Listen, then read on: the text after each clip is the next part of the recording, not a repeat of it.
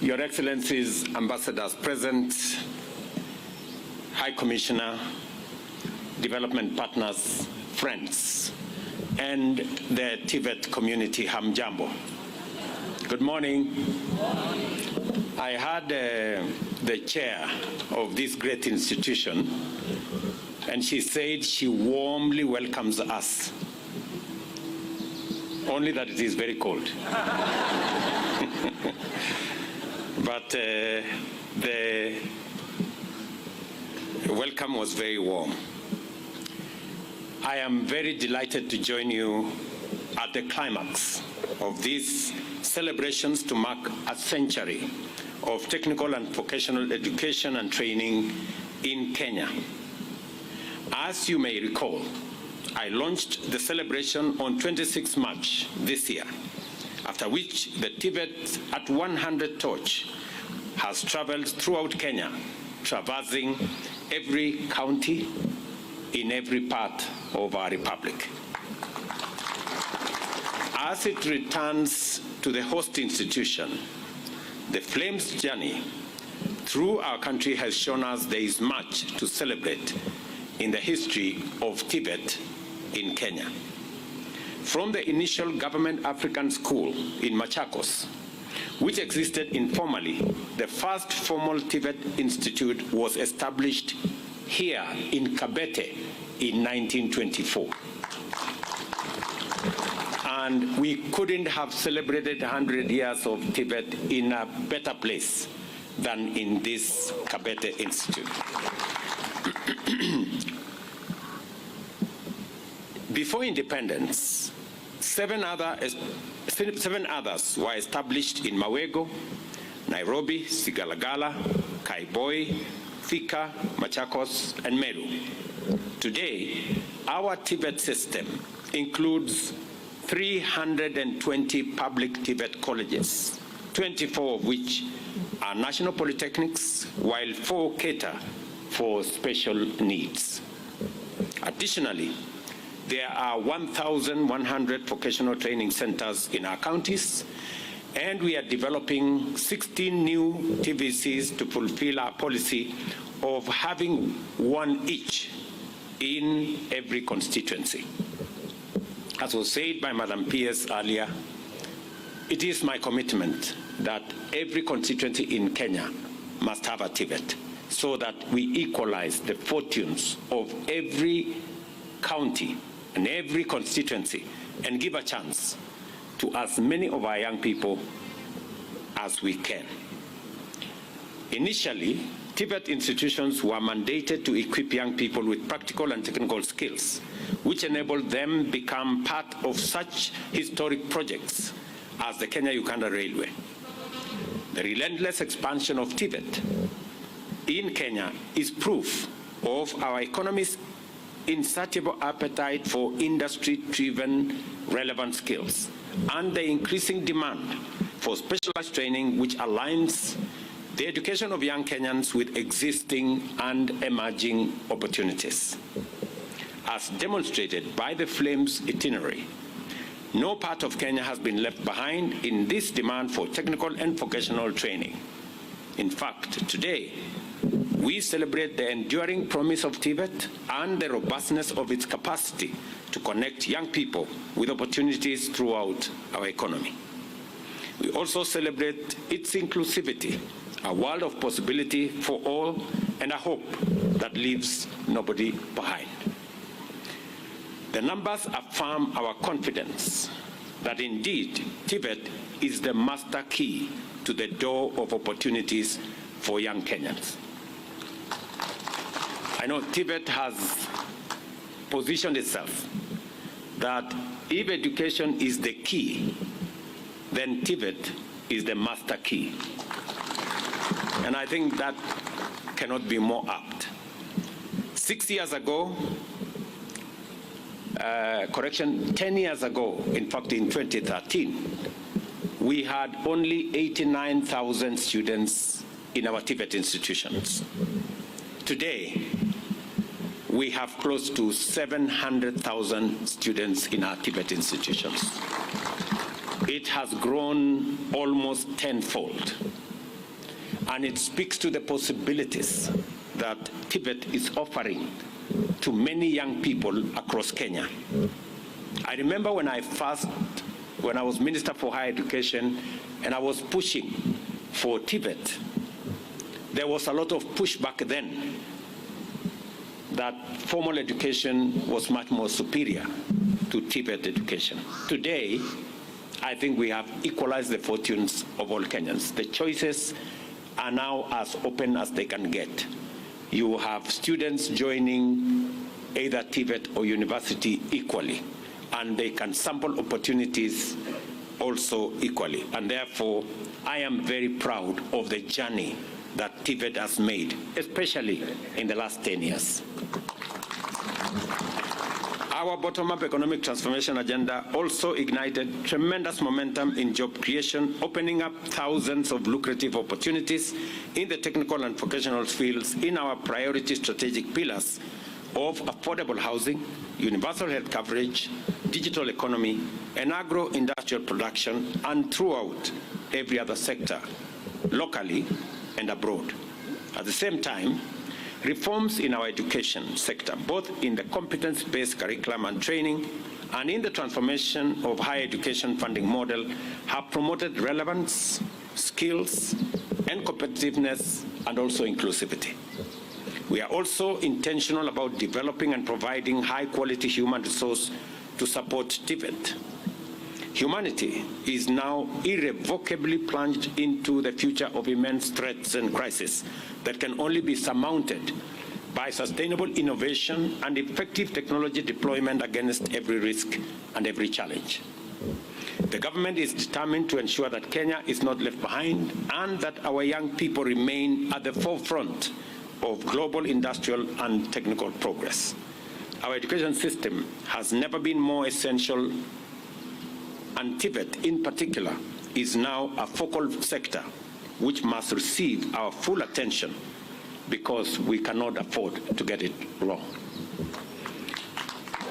We must remember that our freedom struggle remains incomplete, and the attainment of inclusive growth and broad-based prosperity is our best way of winning freedom from hunger, disease, and want. Therefore, the United Nations Sustainable Development Goals, the Africa Union's Agenda 2063, and our Vision 2030 depend on our capacity to catalyze national transformation in a manner set out in the bottom-up transformation agenda. In other words, the freedom struggle of our time calls for a skills revolution driven by science, technology, and innovation.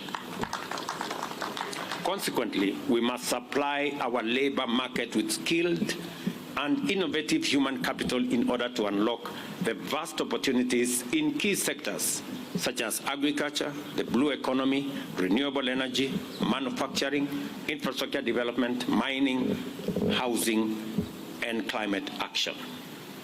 For these reasons, we continue to drive the transformation of TVET system by implementing important reforms and developments, including I already issued instructions that the Development, Education, and Training Curriculum Assessment and Certification Council, CDAC, be reinstated and takes over the role of examining our students, providing exams for our students, because it is the qualified body for it to make sure that our trainers are assessed on skills acquired and competencies achieved rather than on stories told. I think that that's really the basic tenet of why we pushed for TVET. I also must say that I am very proud of what we have decided on recognition of prior learning. It is an important tool of getting more people to be certified, especially when they have skills, especially when they have acquired those skills over time. And there's need for a framework, and I'm very happy that many institutions around Kenya, many TVET institutions are now implementing that program on recognition of prior learning as a government policy that then gives opportunity to many people to be certified and for them to be able to have the requisite papers to be able to further their careers. I'm very happy that we have upgraded 13 technical training institutes and colleges to national polytechnics to give them also opportunity to be able to offer education at a higher level and to support the others for us to move forward. I'm also happy on the elevation of Morendat Institute of Oil and Gas into a national polytechnic. Again, it gives us the opportunity to unlock the potential in the oil and gas space, and especially as we focus on how to deliver those products coming from that sector into the economy. I am also very happy that the ministry is running with the implementation of the National TVET Blueprint 2020 to 2030. And that whole space where we are developing and implementing a dual training policy, which involves industry players in the training process. In fact, this morning, I listened to Kevin, one of the students who was taking us through presentation. And Kevin told me that we need to balance between the training that we have in college and the opportunity we have to work in industry. And I think he was speaking to the policy of dual training. And therefore, if you wanted any validation that dual training is the way to go, I think even the students in these colleges are speaking the same language with us, that we need to do more to make sure that we connect what happens in class, what happens in our laboratories, what happens in our workshops, and what happens in industry. And that is the way to the future. And I want to encourage principals, and I want to encourage the ministry to work with industry. And I'm very happy with the partnership that has already been fashioned between the ministry and industry and our training colleges to provide opportunities for young people from these institutions to be able to be trained and to acquire the skills necessary for them to be job ready when they get out of college. Let me also confirm that on the funding model, we are working to make sure that especially children from vulnerable families are not left behind. It is very important that we leave nobody behind in this training and in this program and in providing education. We have doubled the budget for training in TVET and in our universities, deliberately, because we want to give every child in Kenya an opportunity to learn. I know that there has been a bit of confusion, and I have asked the ministry to clarify that some of the letters sent to parents may indicate 200,000, 300,000, but that is not what a parent is expected to pay. That is the cost of the course. The government is going to make scholarship, is going to make loan available depending on the financial ability of parents or guardians or sponsors of students, so that we make it possible for government to support as many students as possible, and also make it possible for government to support students from vulnerable families to the highest level possible. I also want to ask members of parliament to work with us on this program so that we can get the correct message out there that our intention is to make sure that our institutions have the requisite resources to run courses. I think in the past, TVET institutions, managers of our TVET institutions, managers of our universities were struggling because while government committed so much money, they delivered half or sometimes less than half, and therefore it became difficult for the training to go on. I'm also very happy that we have doubled the number of instructors in our TVET institutions. We had 1,300. We have hired another 2,000 TVET tutors to bring the total trained faculty to 3,300. I still want a conversation with the TVET stakeholders as to whether we have the optimal numbers or we still need to do something about the terms of service and all other requirements for us to be able to make sure that we are training our young people well. Let me also announce here that we have since concluded another program of about 13 billion shillings to equip another 70 TVET institutions with state-of-the-art facilities, again, to provide training for world-class exposure in the course of their learning. I want my PS Moria to clearly understand that these TVET institutions will be facilitated, and I want a clearer program on the delivery of this state-of-the-art equipment. I want to thank Germany for what they have done in other TVET institutions. I want to thank Canada for what they have done in some of our TVET institutions. And I want the ministry to work with TVET managers so that we can carefully identify institutions that will benefit from the supply of our new equipment into different parts of Kenya. Let me also say that we have established 213 Jitume centers in various parts of the country, complete with 370 trained tutors to support young people in preparing for and accessing digital jobs.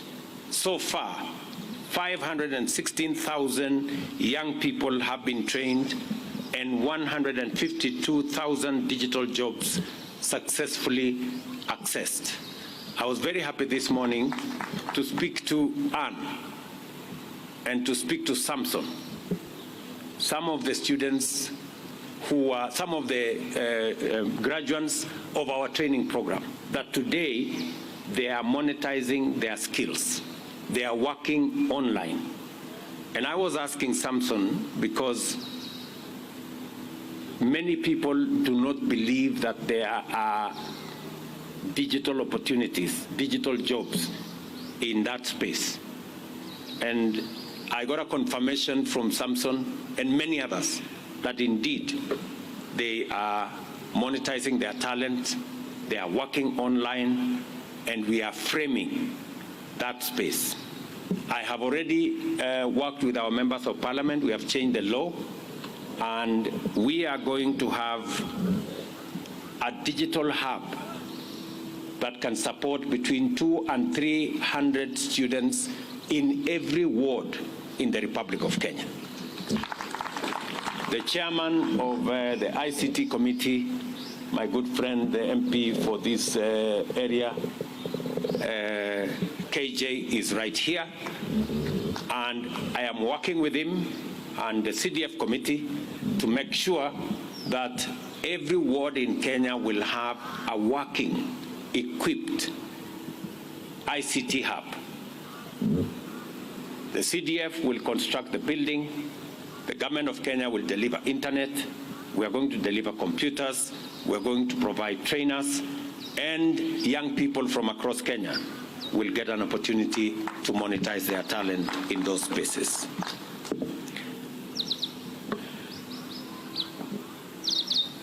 I am aware that it is difficult to tell the story of 100 years of TVET in Kenya in such a brief period. What I wish to underscore is our total commitment to quality, equity, and inclusivity in preparing our young people to access local and global opportunities. Another principle that has enabled us achieve such and much in transforming our TVET system is partnership. We have benefited greatly from the goodwill of generous friends, including TVET Technical Working Group, the United Nations Habitat, the International Labour Organization, World Bank, GIZ, Colleges Institute Canada, China, and Finland. We are grateful for their support and for this historic transformation that we have achieved together. I urge young people, especially graduates, from our tertiary institutions to pay close attention to the unfolding opportunities that have been unlocked through our overseas employment opportunities strategy and bilateral labor agreements with various governments.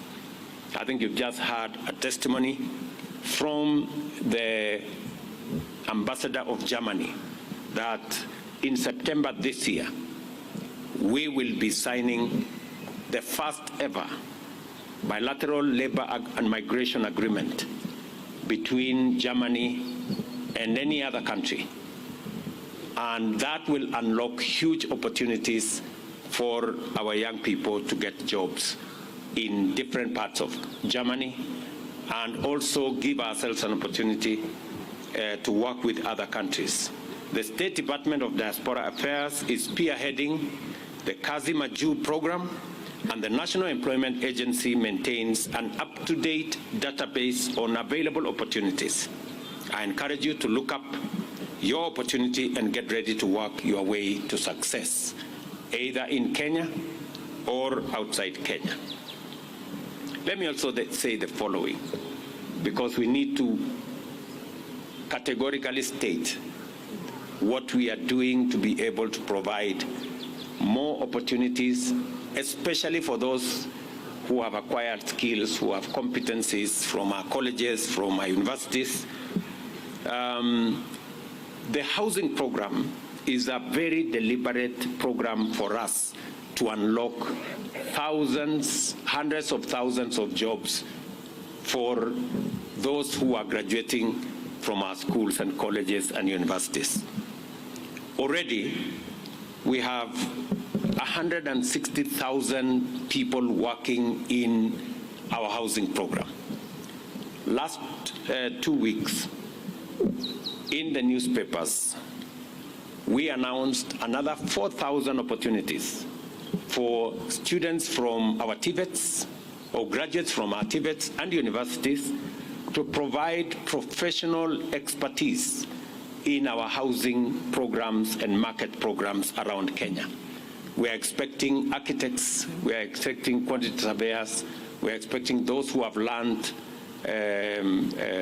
on many other supervisory skills to participate in that program as we grow jobs in that space.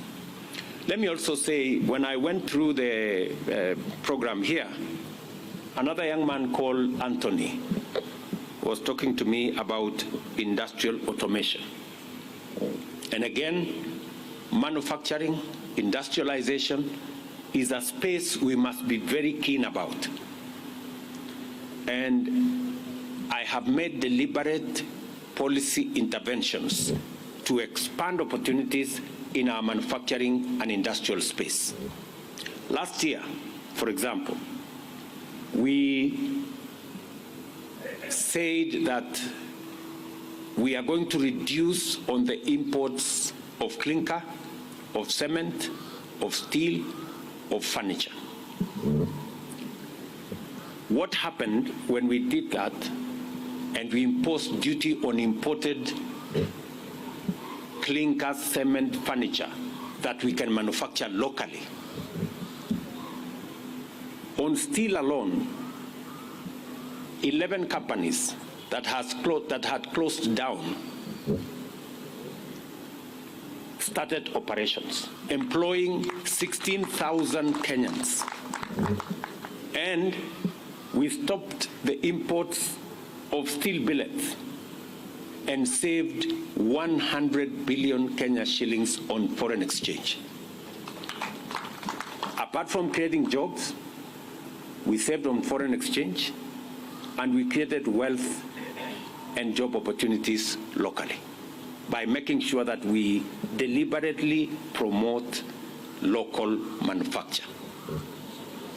In the same space, we stopped the importation of clinker so that we can manufacture clinker locally. We not only saved 20 billion of foreign exchange, we actually exported clinker from Kenya and made 10 billion shillings to the region. Apart from creating jobs locally and reducing the import of clinker by 95%. I went to open the factory in West Pokot, which now employs close to 2,500 people directly and another 2,500 people indirectly, and giving ourselves the opportunity to use local raw materials to manufacture our own cement, our own clinker, create jobs locally, create wealth locally, and stop hemorrhage from our foreign exchange. We must be deliberate. We must be intentional, whether it is with housing, whether it is with our manufacturing, whether it is with our digital jobs, and whether it is in our export of labor. We must be intentional on creating opportunities for young people in Kenya to work, either at home or abroad, so that we can enhance their incomes and give them opportunities to be the best of who they are. I also take this opportunity to thank trainees at our TVET colleges for their sterling contribution to the National Tree Planting Drive. So far, you have planted 3.8 million trees, exceeding the initial target of 500,000. I don't know who gave you this small target of 500,000. I think the target was very low, but you've done well. I am honored to call the young people of Kenya heroic partners in our effort to combat deforestation and climate change. 100 years of TVET in Kenya have been marked by relentless transformation, strong partnerships, robust endowment, and incremental opportunities. Today, we gather here where it all began, to envision the future over the next 100 years. I say in confidence that standing on the platform of this excellent legacy, TVET will power Kenya to the edge of global competitiveness in industrialization, technology, and innovation. Let us therefore remain focused on our transformation agenda and the important cause of endowing Kenya with a skills capital through equity, quality, and inclusivity.